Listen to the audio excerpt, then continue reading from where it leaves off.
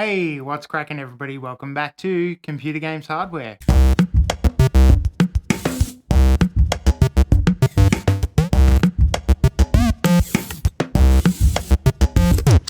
Welcome back to the channel and welcome to the video, guys. Today we got a great one for you. It's the end of the year, so we are sounding off on our top 10 games of the year. Everything's been released. We've got done with our monthly game releases, so now it's time to talk about the best games of the year. So I know this is one of the ones you've been waiting for, guys, so sound off in the comments with your top 5, top 10, whatever you want to do. Love to hear what you've been playing and what you enjoyed the most throughout the year. Like, share, and subscribe if you like these kind of videos. Let me know what I'm doing right, what I'm doing wrong, and I'll try my best to respond to you all. All right. Before we get started in the top 10, I just want to say that the number 9 and 10 were the toughest for me to do. I really struggled with the lower end just because there were so many games that had come out. And I'd just like to preface this with the notion that these are my best games of the year. I didn't play everything, so there are some things that have been left out, but this is just my opinion. It's just for fun. I'd love to hear what you guys think. So, haven't played everything, but that's cool. No one ever does play everything. We're just doing this for a good time and just to have a talking point. So it's okay if your favorite thing's not on here. Don't worry. We probably had some fun with that too. And it's an opportunity for you to tell us what you enjoyed and what you would have made your top 10. So without further ado, let's get stuck into it. All right. At number 10, we have The Legend of Zelda Tears of the Kingdom. What an amazing run for Nintendo. They've had a massive year with the Super Mario Brothers movies and some fantastic releases, including The Legend of Zelda Tears of the Kingdom, which expands on the lore that was created in Breath of the Wild, and it is a massive expansion on those games. It introduces more mechanics, building features that have just taken the gameplay from Breath of the Wild and taken it up to another level, both literally and figuratively. We've gone into the sky, and it's got some really great level design, and it just extends that the lore for this new version of the Legend of Zelda that people now know and love. All right, at number 9, we have Dead Space Remake. So I really enjoyed this game. This was a new experience for me. I had never played the Dead Space games before. So this was new and fresh to me, and I really enjoyed it. The Event Horizon vibe, the sort of way that you shoot up and can attack the monsters, the stomping mechanic, all that stuff was all really new and fresh to me. Back in the day, I was a Resident Evil head, so Dead Space was not on the cards for me, but I really regret not playing through those games because I had a blast with this game. I love the challenging bosses, the eerie storyline. I'm a bit of a survival horror guy. I love the genre, and it was a real black hole in my, so to speak, in my gaming library. So I got onto it, and again, part of the reason performance issues on the PC has been a real bugbear in 2023, and this game suffered significantly, particularly with memory usage. It was just chewing through memory and crashing. Despite all that, I got it to a point probably about 2 months after I'd purchased it where I felt like it had been patched enough where it was playable. So that's bumped it down a little bit. Wasn't a good experience on launch, but they worked hard at at rectifying that, and it's got it to number 9 on the list. All right, guys, at number 8 is Dave the Diver. I absolutely love this game. Dave the Diver is a fantastic pixel art indie-like type game. You play as the titular Dave the Diver, where you dive for fish by day and then serve those fish in the sushi restaurant by night, and it is just an amazing little game. And you think that the being the diver is the most fun bit, but then you get really into the mechanics of serving sushi by night as the sushi chef. I don't want to get into too many spoilers for Dave the Diver because I'm not sure how many people have played this one, but it is truly a fantastic experience. You can buy it on PC, on Switch. It is a really fun game.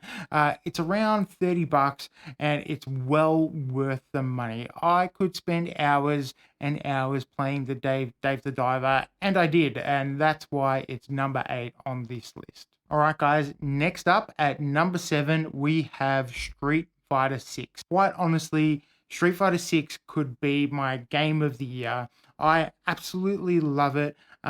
Unfortunately for me, some of the Capcom's microtransaction stuff and holding it back a little bit, the costumes and the the second color, the original costumes and all that sort of stuff really just doesn't sit well with me.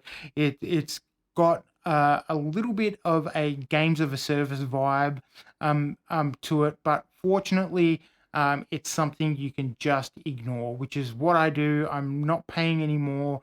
I might upgrade it at the end of its life cycle when there's the full edition, because this has been the best Street Fighter since Street Fighter 4. Street Fighter 5 released with a number of issues as well. It wasn't as well received, but it's a fantastic return to form. I've been playing in the league, and I've set up a CGHW league. So if you want to play me in Street Fighter, look that up. I will get the details. Dan at CGHW is the group name. So look it up, add us on, and let's get it on. I'll throw you a few Hadoukens. I love Street Fighter 6. The animations look fantastic. The gameplay is awesome, and I love how the hub works, where you can go in and get your ass handed to you by some pros, and they've got the arcade settings, and then you've got the story mode, which is a really good spin on taking it back to the streets and having Street Fighter in the streets, making your own characters and having the other characters involved. Is it as engaging as the story mode in Mortal Kombat 1? No, probably not. I probably prefer that, but I like that they did something different. So it's engaged me enough that I'm willing to play the story mode, go into the battle hub, and then go into the versus tournaments and things like that. So I'm always jumping in. If I've got half an hour to play, I'll get in and challenge someone to a couple of rounds of Street Fighter. So that's why it's made my top 10 at number 7, Street Fighter 6. All right, guys, at number 6, we've got Diablo 4. So you've probably noticed that it's a heaps of remakes, heaps of sequels, and heaps of returning games in this list and this year of games. And Diablo 4 is no different. So being a casual player of the Diablo games, I was really surprised to really get stuck into this game. I became obsessed with Diablo 4. I really enjoyed it, despite all the criticisms and things that it got. Another good thing that even though Diablo is one of these games as a service, battle pass type things that we've got going on, which is not my favorite. The thing I liked about Diablo 4 is you can just completely ignore all that shit and you can still get good loot and good things. And I got hooked. And there were even reports about commissions talking about the addictiveness of these type of games, naming Diablo 4 as one of them. I got completely hooked. I just played through campaign mode and I really enjoyed it. And what I like about Diablo 4 is now, as the seasons get through, you can jump in and jump out at your leisure, and it's got some new updates and new features and stuff like that. So I know a lot of people were disappointed in this game, and this is another game that suffered from significant memory issues. And again, this is why it's lower on the list as well. If you want a game that will last you quite some time, you'll get lost in Diablo 4 easily. All right, we're halfway through, guys. What do you think so far? Let me know in the comments down below. Have any of your favorite games popped up? I'll be interested to hear from you what you think and where your games are on the list. All right, so we're heading into number 5, and my number 5, another Nintendo game, another Switch game. It's Super Mario Brothers Wonder. So we reviewed Super Mario Brothers Wonder, so you can go check out the link to that video right up there. I absolutely love this game. Me and the kids have just been playing it to no end. We just had a really good time. Me and my 7-year-old, understanding the mechanics, having a really good time picking it up, and wanting to learn what the mechanics are. It is not a typical Super Mario Brothers game. They've taken it a step up. Where we thought that the formula was pretty done to death in the Super Mario platforming titles, I think they've taken the crown as the premium Mario games over the 3D Mario games, because Super Mario Bros. Wonder is just a fantastic title. It has that tactile Super Mario Brothers feel. All the characters play the same, and there are really good options for young children, so even the little one can pick up the controller and have a really good time with it without, disrupting the flow of gameplay too much. And it's challenging where it needs to be for old gamers like me. So it flips it on its head. The animations are fantastic, and it is just a fantastic addition to the Super Mario Brothers franchise. And frankly, I'm really excited for what comes next. Super Mario Brothers Wonder, number 5 on the list. All right, guys, we're getting to the pointy end, and at number 4, we have Cyberpunk 2077, the Phantom Liberty expansion. Now, I know what you're thinking. This is a 3-year-old game that's been recently updated, and I never thought I would have a DLC expansion as one of my top games of the year, but here we are. CD Projekt Red really outdid themselves with this one. That Cyberpunk is finally at a state where it can be looked at as a complete game, and as we speak, I believe a final update for the complete version of Cyberpunk 2077 will be releasing, where they're adding a metro system so you can travel around. So it's almost like a fast travel feature. So I'm looking forward to checking it out. The Phantom Liberty expansion really does something to Cyberpunk that I didn't think was possible.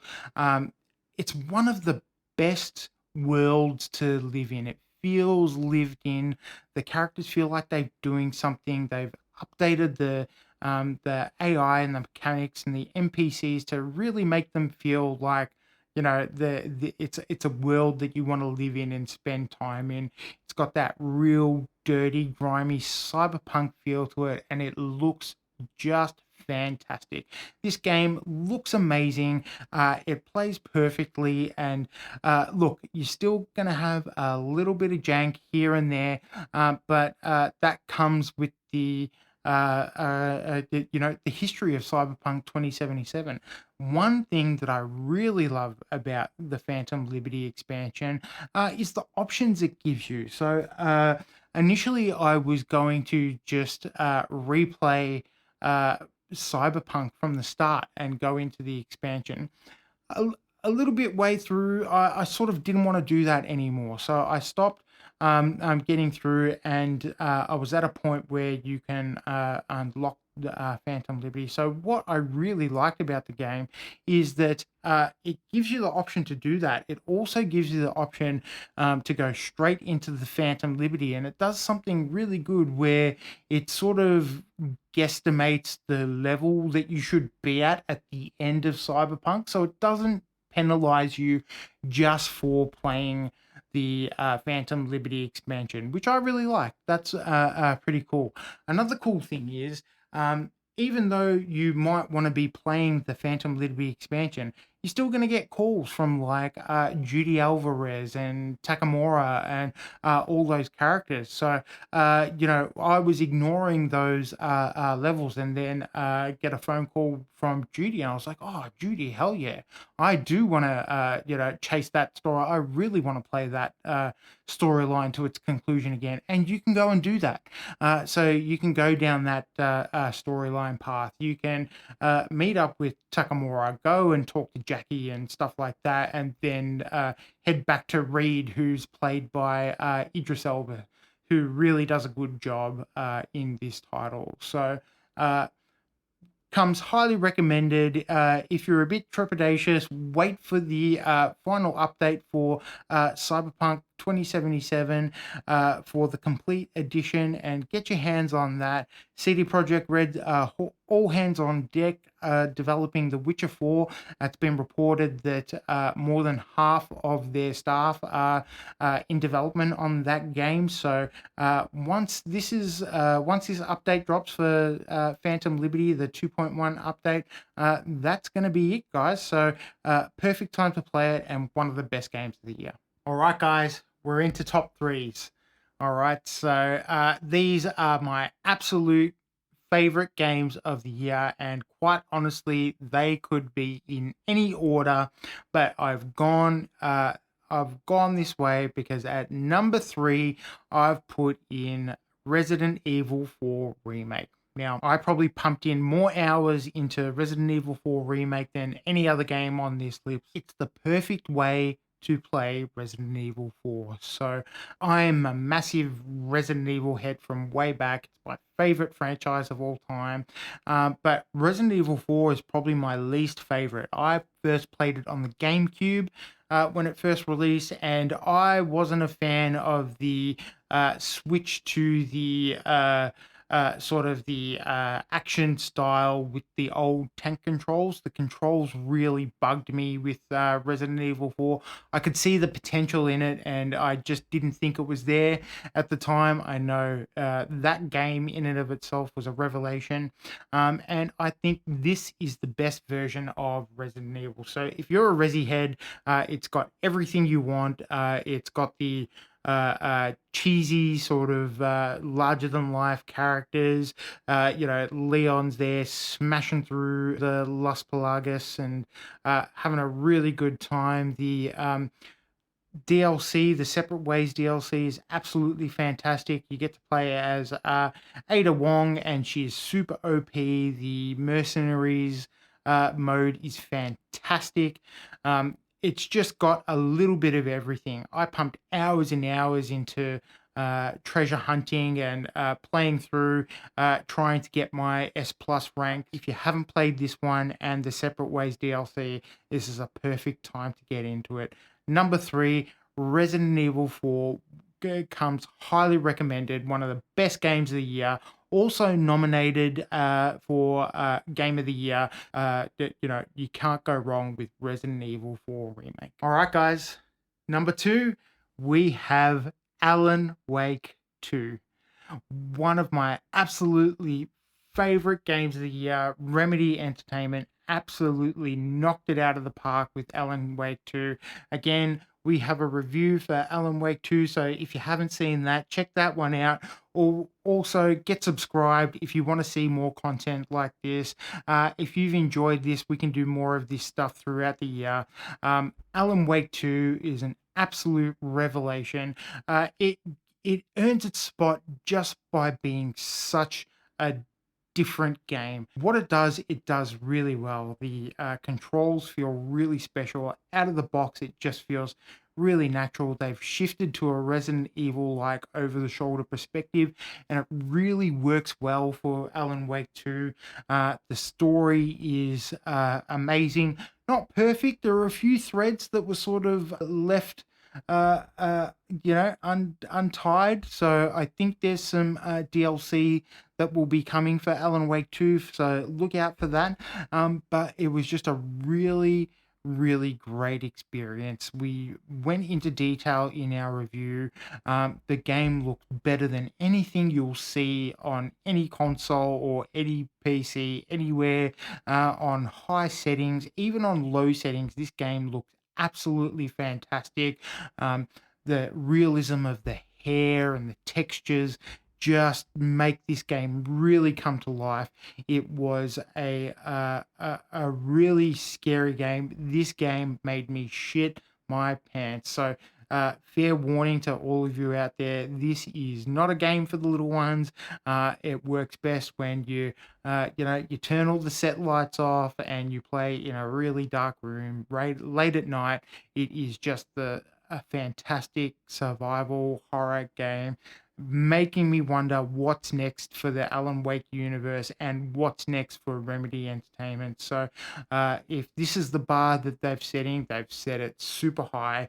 I really enjoyed this game, and I'm looking forward to another playthrough just to pick up on all the little bits and pieces that I might have missed, and go into knowing what I knew now. Super challenging as well. There were bits I kept dying in a few bits, and um, it kept the pace up as well. It's just there's never a dull moment in Alan Wake 2. There's some really entertaining things. The performances are fantastic. We shout out all the performances in our review. It was just a really well done game. So if you're looking for survival horror, if you're looking for Max Payne, Remedy style entertainment, Sam Lake approved games, this one's for you. Alan Wake 2 is number 2 and one of my favorite games of the year. All right, guys. So here we are. We're at number 1, and I just want to say that I've really enjoyed making computer games hardware for you over the years. So really big shout out to all you folks. Thanks for sticking around. Thanks for watching. I keep making them because you guys keep watching them. So thank you very much for that. And let's get to it. Number 1 for me is Baldur's Gate 3. This game absolutely knocked my socks off. This was such an amazing title. Baldur's Gate 3 is the game of its generation.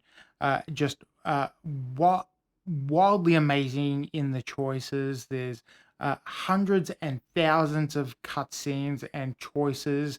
Built on the Dungeons and Dragon rules, it really feels like something special. They've taken the turn-based action battle game and made it something really exciting. I thought I wasn't going to enjoy this as much because this is not how the previous Baldur's Gate games were, so I was a little unsure about that. I kept away from the early access. So this game was available in early access and released to wild reviews. It's one of the best games of the year. The choices are amazing. The characters are fantastic. The character builders are awesome, and just the amount of stuff that you can do just by pointing and clicking your mouse is amazing. I thought I wasn't going to enjoy it. I played a couple of turn-based games like Jagged Alliance 3 and stuff like that, and nothing was really gripping me. But when Baldur's Gate 3 released, I was blown away. You can go on this journey and play it however you want. Play it on your PlayStation. It's also released for Xbox Series X, and the choices, the character engagement, the action-based role-playing really feels like something special. You roll dice, you really feel like you're playing a game of Dungeons and Dragons. And I've never played a game of Dungeons and Dragons before, but it really feels like they took the time to give you an experience to say, like, hey, this is pretty fun. This is something that you could get into. And I am hooked. This is an amazing title. I am just blown away by it. I'm still playing through it today. I've had such a good time with it. Going back, playing with different builds, like scum saving every 5 minutes to make sure I'm getting in the right choices and things like that. Um, it's just a really fun, engaging game that is going to last the test of time and has set the standard for RPGs from here onwards. It feels like you can do anything and that the world is vibrant and full. The class of characters that you can play as in Baldur's Gate 3 is truly amazing. You can build your own character. There are the standard classes like Druid, Rogue, Barbarian, and all that sort of stuff. You can create your own character. You can mix and match through all that sort of thing. So you can have a really true bespoke experience with Baldur's Gate 3. It is the best RPG I've ever played. I think it is one of the best games in not only 2023, but in the last 5 years. It's truly an amazing title. It's going to be on most people's top 10s and top 5s of the year. It was a real surprise hit, so much so that even Microsoft, Phil Spencer himself, underestimated how popular this game was going to be. If you haven't tried it, it comes as the highest recommendation I can give. It was a truly amazing experience, and it is Baldur's Gate 3. So that's my top 10 of the year. What did you guys think? What would you swap out? What would you swap in? It should be worth noting there's a couple of things that I desperately want to play that I just haven't got onto yet. Spider-Man 2's not on this list. A couple of you might be wondering where Starfield is. I made my choice. It was one of those ones that was at the bottom of the list, and I was really tossing and turning over. Do I put Zelda? Do I put Starfield? And look, I just didn't have a great time with Starfield on launch. I'm sure it's going to get better, and I'm going to revisit it with some mods and some updates and things like that. But I'm quite comfortable with my list. What do you guys think? Do you think I hit the spot? What would have you changed out? Where would have you put your favorite games? Let me know in the comments down below. Well, this has been fun, guys. I've really enjoyed making this one for you. Thank you very much for watching. Please consider like, sharing, and subscribing. And, sound off in the comments. Let me know what you guys think. I'll keep making these for you guys if you keep watching them. Big thank you to all for watching throughout the year. And hello to all our new subscribers. I will see you guys in the new year. And we're going to do, throughout the holidays, a couple of different things. We might get away from some game stuff. We might do a couple of different things just to keep things fresh and light over the holidays. So we're not going anywhere. Expect to see some new things from us at Computer Games Hardware. So thanks very much. Hope you like watching the video, and I'll see you guys in the next one. Thanks for watching. See you next time.